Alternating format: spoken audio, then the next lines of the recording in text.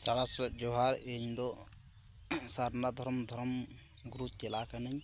सुशील Murmu उपरुम तिं waste Bengal WB खनाñ मेनेत नोमा सारना धर्म सार कापी यूट्यूब चैनल रेñ मेन पसनाय तेहेñ दो जारुम माहा कान 1977 साल काते दो चेत बोंगा कुनामी काते तेहेñ दो बारगेल होइना बारगेल तो मा नोमा गुरु गमके दिसम दारान जहोगा इन मेनेत ऑलचिकी ते जाहे ऑल आकात नाकिन मेनेत मा मा सारना धर्म कथा को माñ प्रचारे ले पासे गुरु कथा को मा आजम ताबुन पे तावले तेहेñ जारुम माहारे चेत बोंगा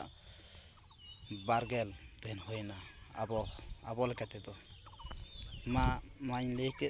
आजम ताबुन पे तापा हैं जंग रेहों अपासुल जंग रेहों आबो गेबो नेपेल बाबो अपाजा दुख रे महिम रे रेंगेज रे तेतांग रे दुपुलड़ आतेबो ताहेन बाबो हिपिसा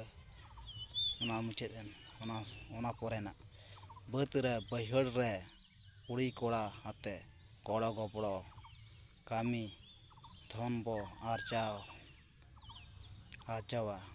आतु रे आखड़ा रे सद धर्म मनते गाते गापाते बो एने जीवो हुलसा मा नवा दो सारना धर्म के कान गुरु गमके दो मारांग दो रघु उनका को हवाई तई मनकते जहाँ गोटांग पोतब को मेना आकात ऑल आकात ओका लकाते nyutum akan ona do ऑल मेनात ऑल आकान रघु को मेताया रघु मुर्मू उनका के आयमा सिंह चांदो को मेताया पारसी सिंह चांदो को मेताया गुरु गमके को मेताया आरबन मेताया धर्म गुरु होबन मेताया सारना धर्म गुरु होबन मेताया आबोबन nyutum akadia रघु गुरु गमके पंडित रघुनाथ ओना कोदो आया nyutum ge kan मा इनगे प्रचारेत नोआ वेस्ट बेंगल खोना WB खोना मा आजम ताउन पे गाñ को अपुन को आबो नोआ कोñ प्रचारेत सारना धर्म हितले माराम बुरु हिरले जानाम रे गुजुग रे आबो तो बोंगा रे बुरु रे माराम बुरु हिरले के बन मेनमा हिरले माराम बुरु के बन मेनमा एटागा को तो बाबन मेनमा मा नोआ कोñ संदेश एमेत मा गाñ को अपुन को सानाम को के सारा सलेत जोहार बड़ा होचोकते हितु दो नोडे मुचाद आरों रोड ताबोना आबो धर्म पथब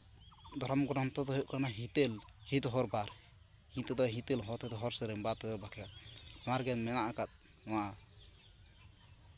फिंगड़ी केते जुदि बन नेला सानाम लेकाना मेना आकात आबो पे टेरांग सार जहां मेना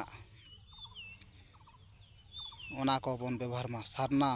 चीर आबो पे टेरांग सार ओना के बन मेता सारना चीर आबो मेना धर्म मो मेनाया आबो धर्म दो सारना धर्म कान गया केरल वंशो 12 गोटांग परिसान धर्म ग्रंथ सारना धर्म ग्रंथ दो कना आबो हितेल कान मा एंगाñ को अपन को हितेल चेदो ताबन पे एथड़ी दल पे पढ़ा ताबन ना तो बोंगा बुरु कान ऑल मेना कथा धर्म मेना आकात पिलचू तकिना धर्म पिलचू तकिन चे का मेना किन मा को ऑल मेना मा एंगाñ को अपन को सानाम को गे मेना मा वेस्ट बेंगल खोना लगे मुचाद केदा जोहार नितु कारतो।